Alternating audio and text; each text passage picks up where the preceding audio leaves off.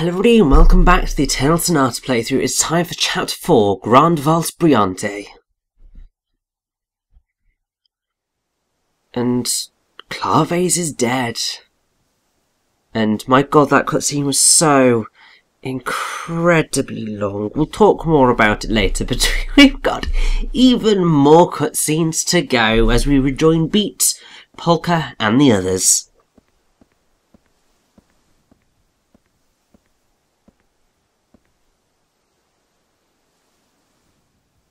Oh, Polka, there you are. I've been looking all over the place for you, you know. Oh, hi, Beat. I'm sorry about that. Hey, you've been staring at flowers a lot lately. You don't have to be worried. I'm sure Redo and the others are doing okay. Redo's not the type to croak from just falling off a bridge. You have a point there. I'm sure you're right. Thank you, Beat. Still, we were pretty lucky back there, don't you think? If we hadn't been picked up by that Baroque ship, I don't know what would have happened.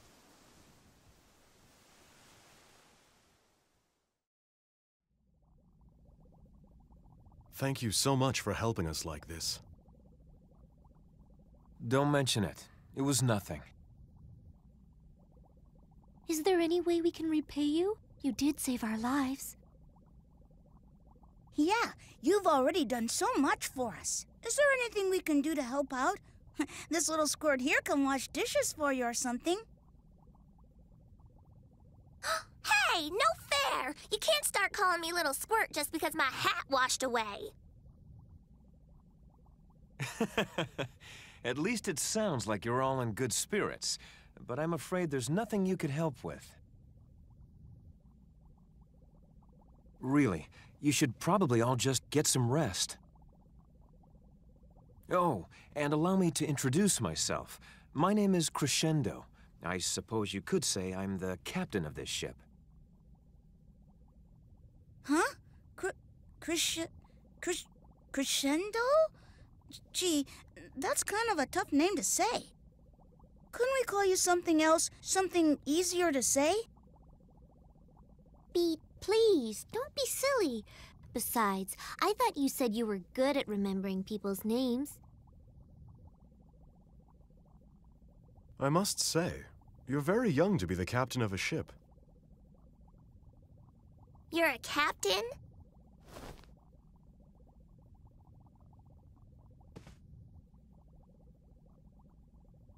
Hey, hold on now. This guy doesn't even have a hook or an eye patch. There's no way he's a real captain.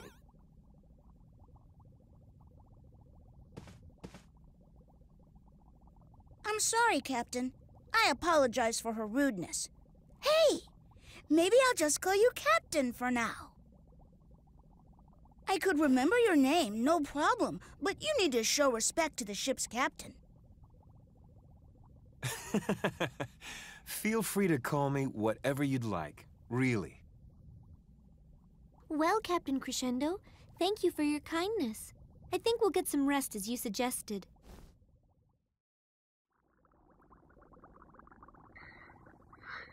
And so, here we are, in what seems to be Christmas time, on the Baroque ship. I wonder if Allegretto and the others are all right. I think I'll go outside. Maybe some fresh air will cheer me up. Because yes, we are within a flashback right now. Yes, that's right. Chapter 4 is a flashback chapter. Or at least for part of it. Anyway. So we just get to explore the ship. There's going to be a lot of cutscenes throughout this part, but don't worry, dungeon will be occurring. So, Baroque, or Baroque if you are from the UK, but the game says Baroque, so we're going with that. It's a period of artistic style that used exaggerated motion and clear, easily interpreted detail to produce drama, tension, exuberance and grandeur in sculpture, painting, architecture, literature, dance, theatre and music.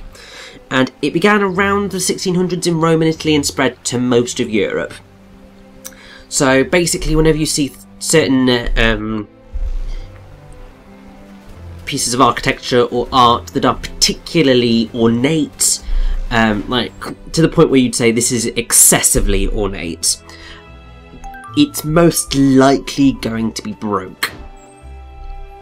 And to be fair, I do really like Baroque architecture because there's just something really grand and quite beautiful about it.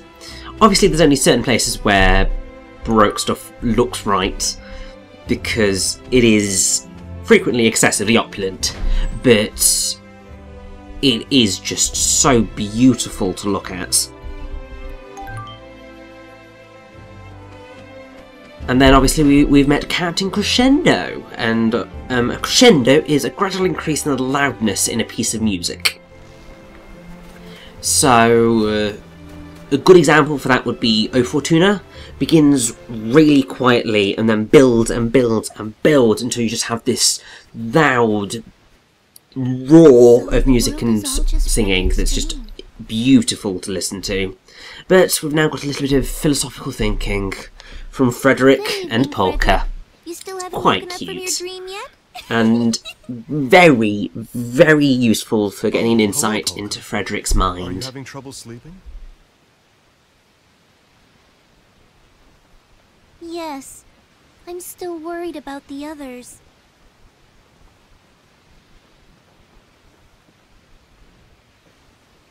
Polka, there was something I said to you before. About the way everything in the world slowly fades away, gradually losing its color.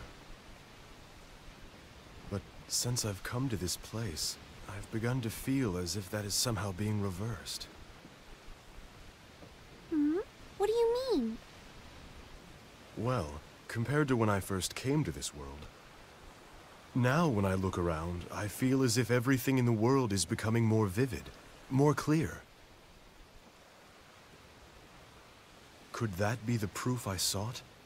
Does it mean that this world that I believe to be a dream is slowly becoming reality? Or is it only proof that I, myself, am slipping away? Fading away at a speed faster than the world is fading. Oh, For example, I find myself wondering about whether the others are all right. Not long ago, I really wouldn't have cared what happened to them. After all, this was just a dream to me. But now, I'm genuinely concerned. I don't know why, but I feel a strong sense of solidarity, a connection with the people of this world. that's okay. I think that's probably normal. After all, it's only natural to worry about companions you've spent a lot of time with.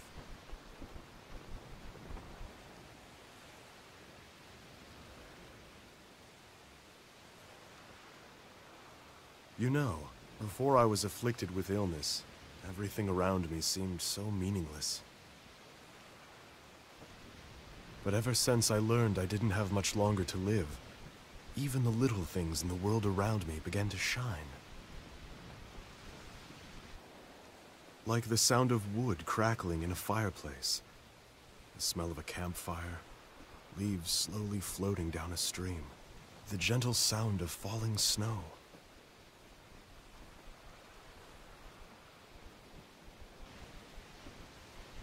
Now that I think about it, it was probably because I had begun to fade rapidly. Because I myself was approaching my death. Just as Amelia did.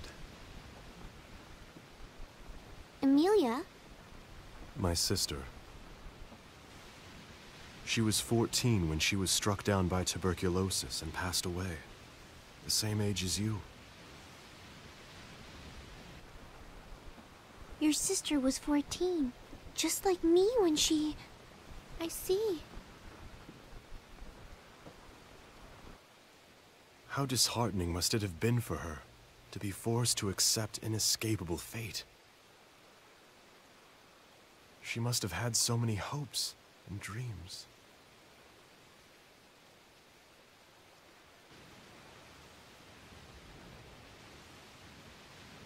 Why? Why does God allow such things to happen to good people? Taking away even her chance to live. Poor Amelia. It is sad, but everyone dies eventually.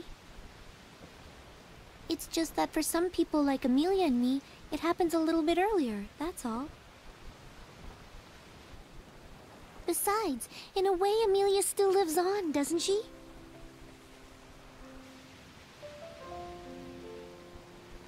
She lives on inside your heart, Frederick.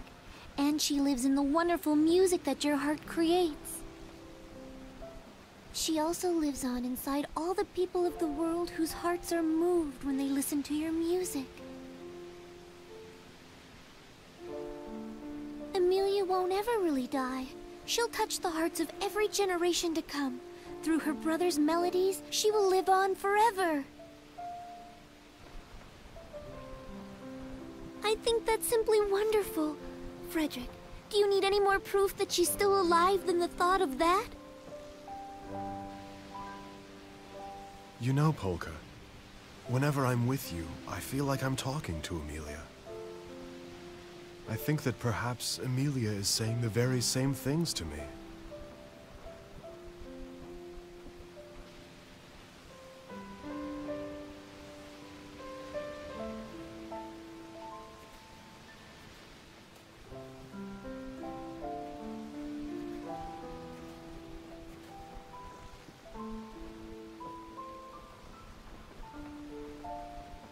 Thank you, Polka. I believe you've taught me something very important tonight. Very important indeed.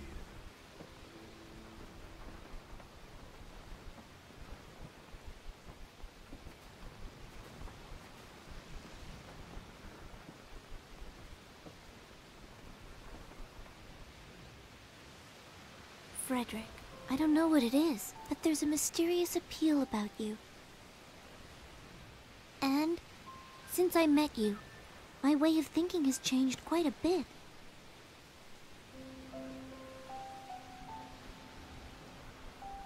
Although I didn't realize it before, I think I've been dwelling on the past and ignoring the future. Because thinking about the future is just too painful when you know you're going to die soon.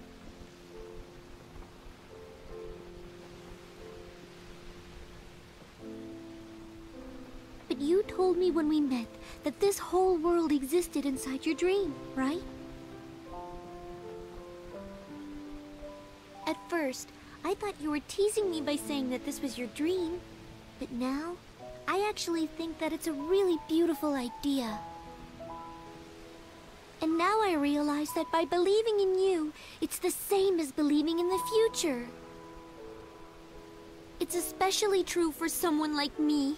Someone who can use magic. Knowing you helps me be more positive about the future and what I need to do. I'm the one who should be thanking you, Frederick. You've taught me something very important too.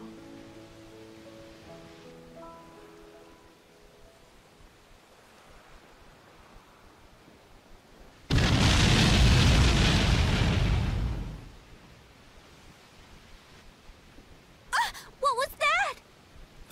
That, my dear Polka, was an explosion. So yes, obviously we need to go and investigate. And this is what's going to lead us into our dungeon for, well, one of the dungeons for the chapter. And I have to say, I'm loving how little I'm having to talk as of late. Like, we had that massive cutscene at the end of chapter 3, and now we've got multiple massive cutscenes. I do love that conversation between Polka and Frederick, because obviously you get to learn about his sister, who died from tuberculosis, and it further sets up that kind of dynamic between Polka and Frederick, of the two of them.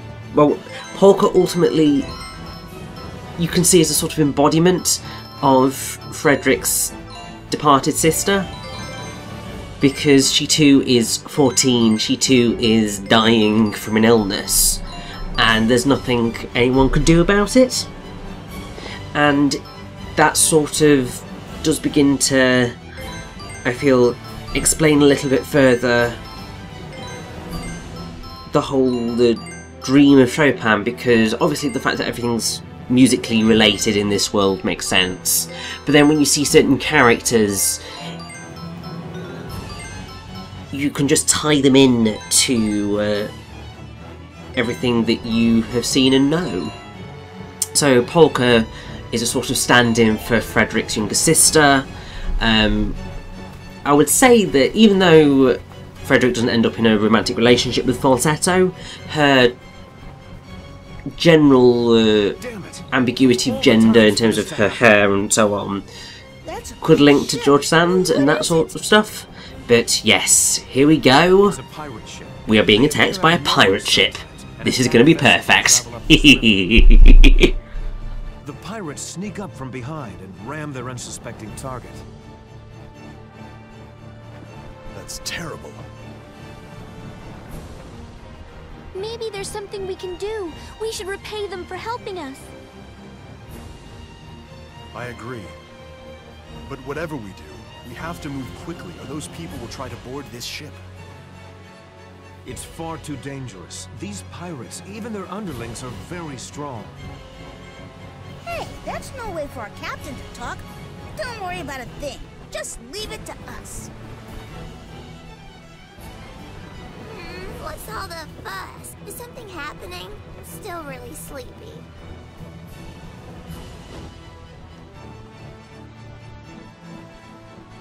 That's it! That's it! Ha! You know they got a captain with an eye patch and a hook!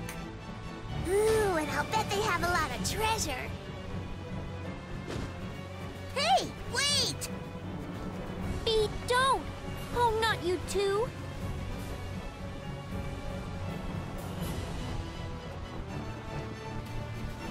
All right. We'll go over and keep them occupied.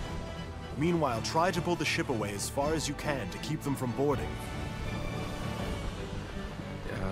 Right. I'll do everything I can. Well then, if you'll excuse me.